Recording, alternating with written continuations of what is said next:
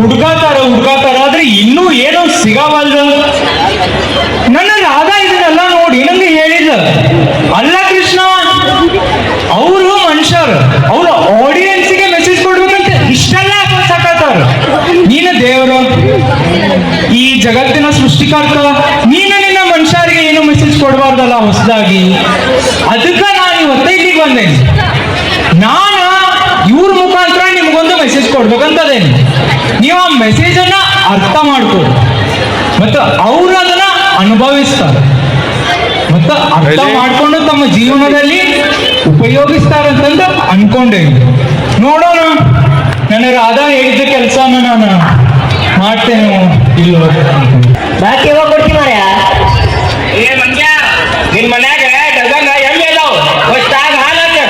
ನೀವು ಹೋಣವ ಇರು ಮಾರ್ಯ, ಬಾಕಿ ಯಾವಾಗ ಕೊಡ್ತೀರ ಅವಾಗ ಹಾಲು ಹಾಕ್ತೆ ಮಾರ್ಯ.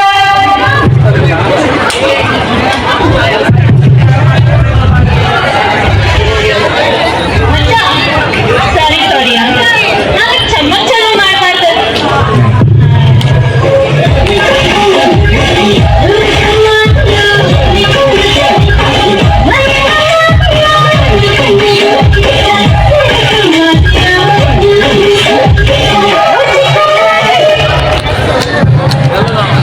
ಎಷ್ಟೊತ್ತ ಮಾಡ್ತೀನಿ ಡ್ಯಾನ್ಸ್ ಇದೆ.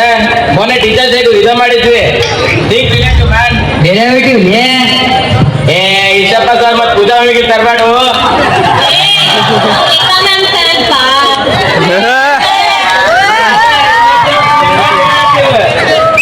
ಮಚ್ಚಾ ಲುಂಗಿ ಡ್ಯಾನ್ಸ್ ಮಾಡೋಣ.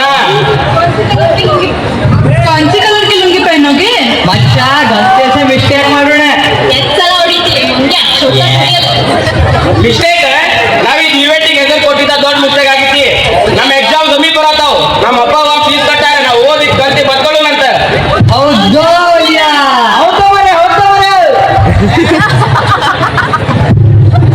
ಏ ಮೆಂಟಲ್ಗಳನ್ನ ಯಾರಲ್ಲಿ ಕರ್ದಾರೆ?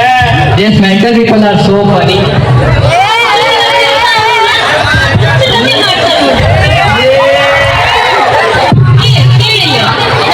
ಮೆಂಟಲ್ ಟಾಪಿಕ್ ಇಟ್ಕೊಂಡು ಆನ್ಯುವಲ್ ಡೇ ಸ್ಕಿಟ್ ಇಲ್ಲ ಅಂದ್ರೆ ಡ್ರಾಮಾ ಅದು ಮಾಡ್ಬೋದು. ಹೆಂಗ್ ಮಾಡೋಣ? ಅದು ಕರೆ. ಹೆಂಗ್ ಬರ್ತಾರೋ, ಹೆಂಗ್ ಕುಂದಿರ್ತಾರೋ, ಹೆಂಗ್ ಅಳ್ತಾರೋ, ನಗ್ತಾರೋ ಏನು ಗೊತ್ತಿಲ್ಲ. ಹೆಂಗ್ ಮಾಡೋದು? ಏ ಅವಾಲಿ ಅವ ಮೆಂಟಲ್ ಡಸ್ಟ್ಬಿನ್ ಕಡೆ ಬಿದ್ದಿರ್ತಾನ ನೋಡ, ನಿಮಗ್ ಗೊತ್ತಿಲ್ಲ? ಇಲ್ಲ ಬರೀ ತೋರ್ಸ್ತೇನೆ ತಡಿ ನಿಮಗೆ. ಮೆಂಟಲ್ ನೋಡಿ, ಮೆಂಟಲ್ ಆಗೋಣ.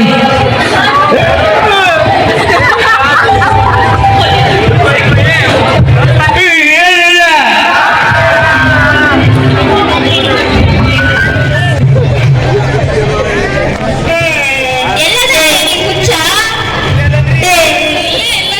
ನೋಡೋಣ ಬಾ.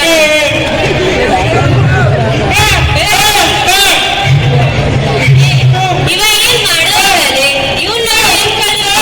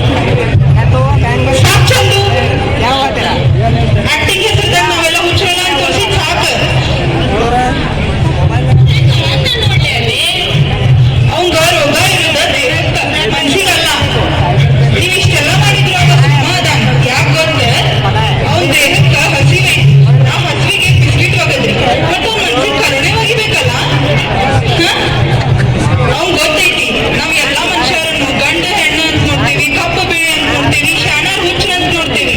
ಅವ ಹುಚ್ಚದವನು, ನಾವು ಶಾಣೆ ಅದೇವಿಲ್ಲ, ಅದ್ರ ಜೊತೆ ಮನುಷ್ಯರಾಗಿರೋಣಲ್ಲ.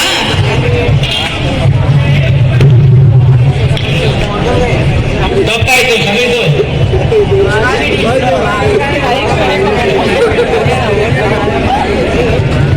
ಅಲ್ಲ, ತಪ್ಪೇನು ಮಾಡಿದ್ವಿ, ಇದು ಹೆಂಗ್ ಸುಧಾರಿಸುದು? ಆರೋಗ್ಯವಾಣಿ ಹೆಲ್ಪ್ಲೈನಿಗೆ ಕಾಲ್ ಮಾಡು, ಅವ್ರು ಬಂದು ಟ್ರೀಟ್ಮೆಂಟ್ ಕೊಡ್ತಾರೆ.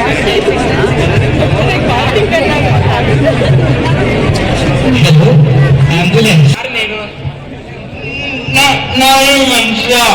ನಿಮ್ಮ ಅಪ್ಪ ಅವ ಯಾರು? ಅವ್ರು ಬರ್ತಾರೆ ಇಲ್ಲೇ ಇರತ್ತಂದು ಹೇಳಿದ್ರು ನಂಗೆ.